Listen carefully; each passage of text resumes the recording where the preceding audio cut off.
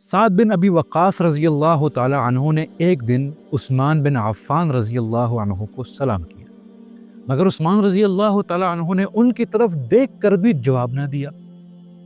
سعد رضی اللہ تعالی عنہ کو یہ بات بڑی عجیب لگی، چنانچہ وہ امیر المؤمنین عمر بن خطاب رضی اللہ عنہ کے پاس گئے اور شکایت کی کہ حضرت عثمان ان کے سلام کا جواب نہیں دے رہے۔ حضرت عمر رضی اللہ عنہ نے فوراً عثمان رضی اللہ عنہ کو بلوایا اور پوچھا کہ بھائی آپ نے سعد کے سلام کا جواب آخر کیوں نہیں دیا؟ عثمان رضی اللہ تعالیٰ عنہ نے فرمایا، اللہ کی قسم میں نے سعد کو دیکھا ہی نہیں، میرا ذہن ایک خاص دعا میں مشغول تھا جس کے بارے میں رسول اکرم صلی اللہ علیہ وسلم نے فرمایا تھا کہ جو بھی اس دعا کے ساتھ اللہ سے مانگے اس کی دعا لازمی قبول ہوتی ہے۔ تو یہ سن کر سعد بن ابی وقاص رضی اللہ عنہ کہنے لگے، میں آپ کو بتاتا ہوں کہ وہ دعا کون سی ہے، کیونکہ میں اس وقت رسول اکرم صلی اللہ علیہ وسلم کے ساتھ موجود تھا جب آپ اس دعا کا تذکرہ فرما رہے تھے۔ انہوں نے مزید فرمایا کہ ہم نبی کریم صلی اللہ علیہ وسلم کی مجلس میں موجود تھے کہ اچانک ایک دیہاتی آیا اور ہماری گفتگو کو منقطع کر دیا۔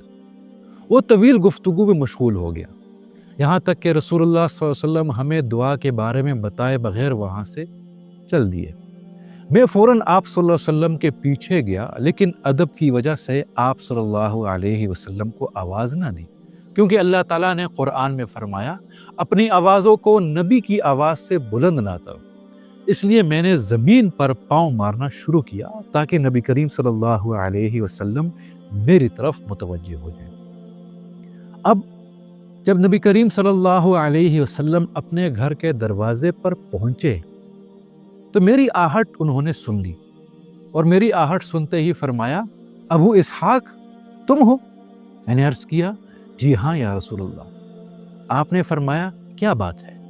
میں نے عرض کیا، یا رسول اللہ آپ نے ہمیں وہ دعا بتانی تھی جو کبھی رد نہیں ہوتی، مگر اس دیہاتی نے ہمیں اس سے محروم کر دیا، تو براہ کرم ہمیں وہ دعا بتلا دیجیے۔ اس پر نبی کریم صلی اللہ علیہ وسلم نے فرمایا، میرے بھائی یونس علیہ السلام کی دعا ہے، لا الہ الا انت سبحانک انی کنت من الظالمین۔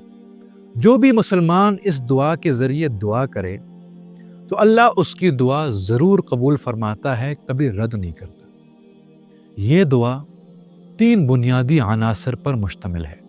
نمبر 1، لا الہ الا اللہ، توحید کا اقرار، سبحانک، اللہ کی پاکیزگی اور بڑائی کا اعتراف، انی کنت من الظالمین، اپنے گناہوں اور کوتاہیوں کا اعتراف۔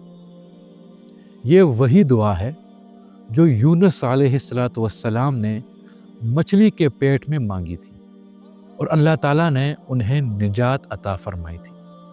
اور جو بھی اس دعا کے ساتھ خلوص دل سے دعا کرے اس کی دعا کبھی رد نہیں کی جاتی۔ والسلام۔